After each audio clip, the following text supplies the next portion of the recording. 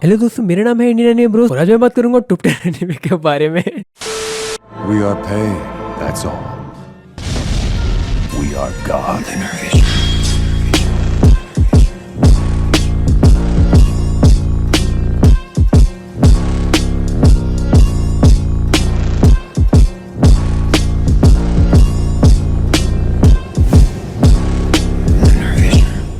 Hello दोस्तों, Indian anime Bros में आप सभी का स्वागत है। तो आज मेरे साथ है सैयन लौंडा। नाउ इट्स इनसेन टीवी भाई। ये कब हुआ? तो आज मेरे साथ है इनसेन टीवी। तो हम बात करने वाले ऐसे एनिमे सीक्वल्स के बारे में जो कि 2021 में रिलीज होने वाली या फिर रिलीज हो चुकी है, और कुछ तो ऐसी सीरीज है जिसके नेक्स्ट सीजन का इंतजार काफी लोग कई सालों से कर रहे थे। और हम सब जानते हैं कि 2020 हमारा कितना मुश्किल था, लेकिन 2020 में बहुत से अच्छे एनिमे निकले थे और अब 2021 में बहुत से अच्छे एनिमे की सीक्वल्स बनने वाले हैं। सो ससागेओ। ओके देन स्टार्ट करते हैं वीडियो को। और हाँ, इस वीडियो को लास्ट तक जरूर देखना क्योंकि लास्ट में भी मैं कई सारे एनिमे रिकमेंड कर देता हूँ और आप वो मिस कर देते हो। तो 10वें नंबर पे क्विंटुप्लेट्स। क्विंटुप्लेट्स का पहला सीजन 2019 में रिलीज हुआ था और इसने आते ही अपना झंडा गाड़ दिया as a harem anime of the year के रूप में। Okay I know harem means हरामी कहा था मैंने, तो अगला है हारेम। हारेम को हिंदी में बोलूं तो हरामी। लेकिन ये एनिमे बाकी सारे हारेम एनिमे से बहुत ही अलग है। इसमें जो हमारा मेन कैरेक्टर है वो एक हाई स्कूल स्टूडेंट है और उसकी लाइफ इतनी अच्छी खासी नहीं चल रही होती है। उसकी पर्सनालिटी कुछ ऐसी है कि उसके साथ कोई दोस्त नहीं बन पाता और उसके पापा जो है उनके ऊपर भी बहुत सारा कर्जा पड़ा हुआ है, तो इसलिए उसकी फैमिली जो है बहुत ही टफ फेज से गुजर रही है। लेकिन हमारा मेन कैरेक्टर बहुत ही स्कॉलर है, पढ़ाई में तो नंबर 1 है। तो जब उसकी मुलाकात एक ऐसी लड़की से होती है जो ट्रांसफर स्टूडेंट है लेकिन पढ़ाई में डफर, और वो लड़की बहुत ही बड़े घर से होती है, तो हमारे मेन कैरेक्टर को एक मौका मिलता है अपने परिवार को गरीबी से निकालने का उस लड़की को ट्यूशन देकर। लेकिन फिर उसे पता चलता है कि उस लड़की की और भी 4 बहनें हैं और उन सब का भी पढ़ाई में वही हाल था। तो एज यू कैन गेस हमारे मेन कैरेक्टर की वाट लग जाती है इन लोगों को पढ़ाने में।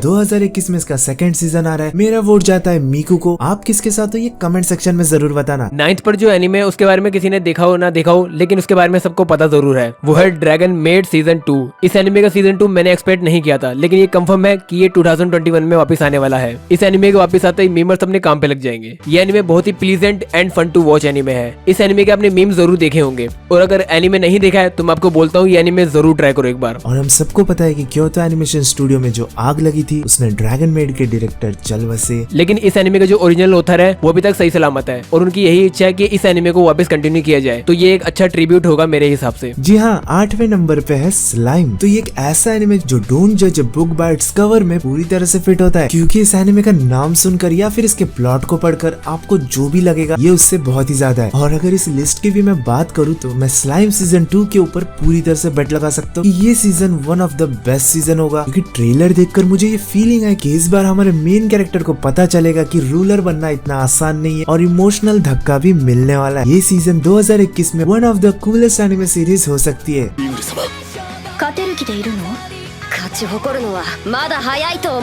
और नंबर 7 पे है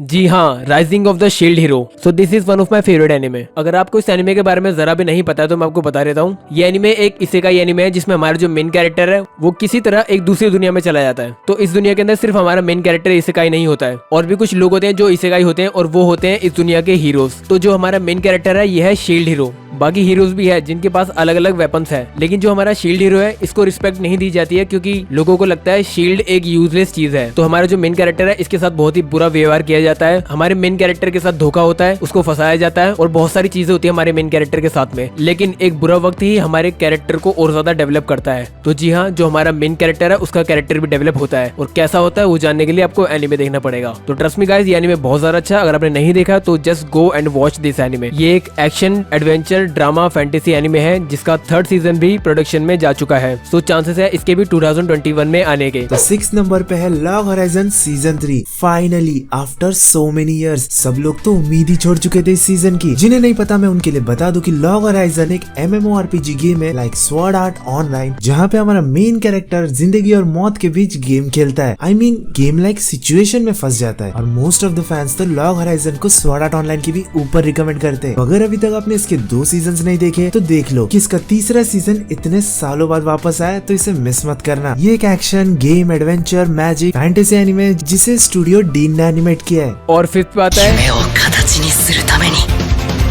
ヒーローになるために माई हीरो अकेडमिया सीजन 5। फाइनली मोर माई हीरो अकेडमिया एक्शन। सो जिसने भी इस एनिमे के लेटेस्ट सीजन के साथ में कैचअप कर लिया है तो भाई बहुत बढ़िया। ये anime one of the most popular anime से एक है। अगर आपने इसे नहीं देखा तो भाई क्या कर रहे हो, जाके देखो। इस एनिमे के ऊपर मैंने एक पूरी रिव्यू वीडियो बना रखी है, अगर आपने वो नहीं देखी है तो आप जाके देख सकते हो। थोड़ी पुरानी वीडियो लेकिन हाँ एडजस्ट कर लेना। ये एक पॉपुलर शोनेन एनिमे है तो मुझे इसके बारे में ज्यादा बताने की जरूरत नहीं है। इस एनिमे ने ऑलरेडी कई झंडे गाड़ रखे हैं। तो हाँ, अगर आपने एनिमे नहीं देखा तो जाके देखो, और अगर आपको रिव्यू चाहिए तो मेरी वीडियो ऑलरेडी है। चौथे नंबर पे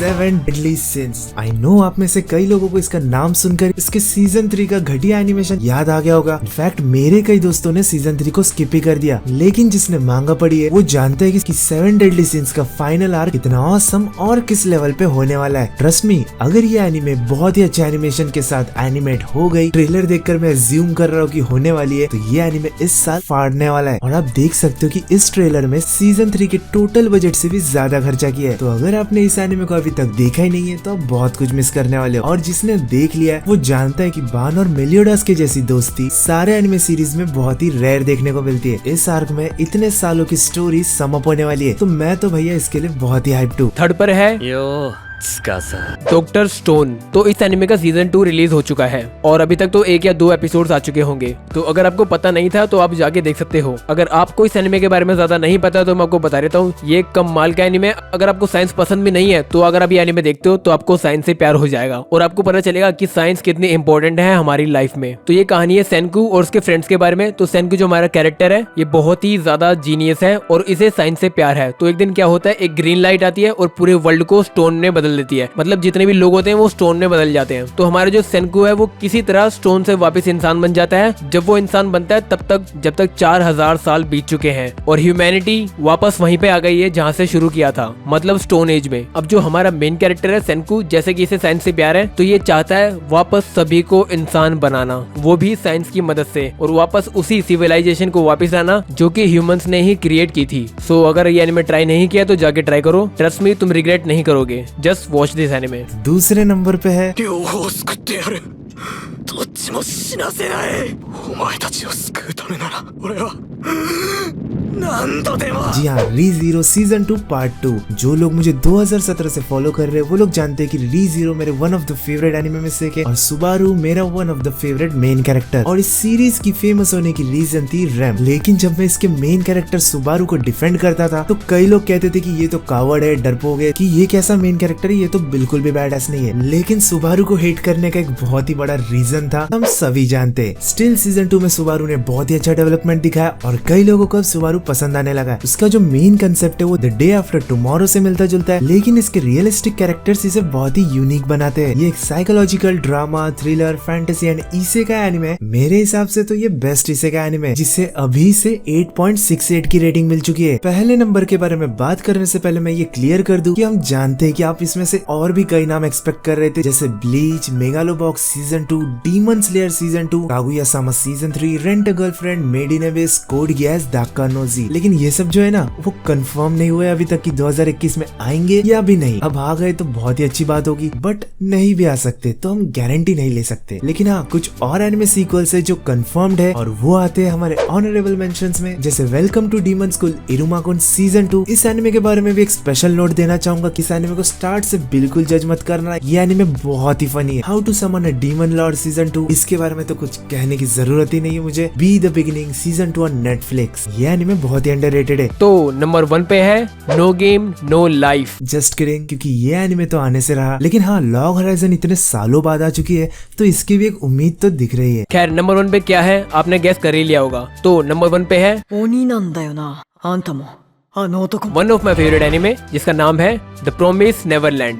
इस एनिमे के बारे में मुझे ज्यादा बताने की जरूरत नहीं है, ये एनिमे ऑलरेडी बहुत ज्यादा पॉपुलर है और उसका सीजन 2 आ चुका है और इसके सीजन 2 के कुछ एपिसोड भी रिलीज हो चुके हैं। तो अगर आपको अभी तक नहीं पता था तो आप जाके देख सकते हो, और अगर आपने ये एनिमे नहीं देखा है तो मुझे नहीं पता तुम लोग क्या कर रहे हो अभी तक, जाके ये एनिमे देखो। अगर तुमको साइकोलॉजिकल थ्रिलर एनिमे पसंद है तो ये एनिमे बहुत ज्यादा पसंद आने वाला है तुमको। इस एनिमे के अंदर कैरेक्टर्स बहुत ज्यादा कमाल के हैं और ये एनिमे आपको एक के बाद एक शौक देगा। प्रोमिस नेवरलैंड एक परफेक्ट 12 एपिसोड एनिमे है। If you haven't watch this anime just try to watch it. Promise Neverland का पहला एपिसोड खत्म करते ही तुम्हें बहुत बड़ा शौक लगेगा और तुम दूसरा एपिसोड देखे बिना नहीं रह पाओगे। तो गाइस आज के लिए बस इतना ही। वैसे आप सभी ने इंसेंट टीवी को सब्सक्राइब तो कर ही लिया होगा, लेकिन अगर कोई एक बंदा बच गया है जिसने नहीं किया तो कर लेना, क्योंकि ये कई एनिमे टॉपिक्स को स्पेसिफिकली कवर करते हैं। और गाइस अगर आप मेरे चैनल से हो तो इस चैनल को भी सब्सक्राइब करना भूलना मत, ये बंदा बहुत अच्छे एनिमे रिकमेंडेशन देता है, तो जस्ट सब्सक्राइब दिस चैनल। और अगर ये वीडियो पसंद आए तो लाइक करना मत भूलना। तो मैं मिलता हूँ आपसे मेरे चैनल पे, तब तक के लिए आरा आरा सायोनारा। अबे डायलॉग खा गया मेरा। हेलो दोस्तों, मेरा नाम है इंडियन एनिमे ब्रोस और आज मैं बात करूंगा टॉप 10 एनिमे के बारे में। हेलो दोस्तों मेरा नाम है इंडियन एनिमे ब्रोस और आज मैं बात करूंगा नासु-चान। हेलो दोस्तों और आज मैं बात करूंगा एनिमे के बारे में, टॉप 10 एनिमे के बारे में, एनिमे के बारे में, टॉप 10 एनिमे के बारे में, नासु-चान।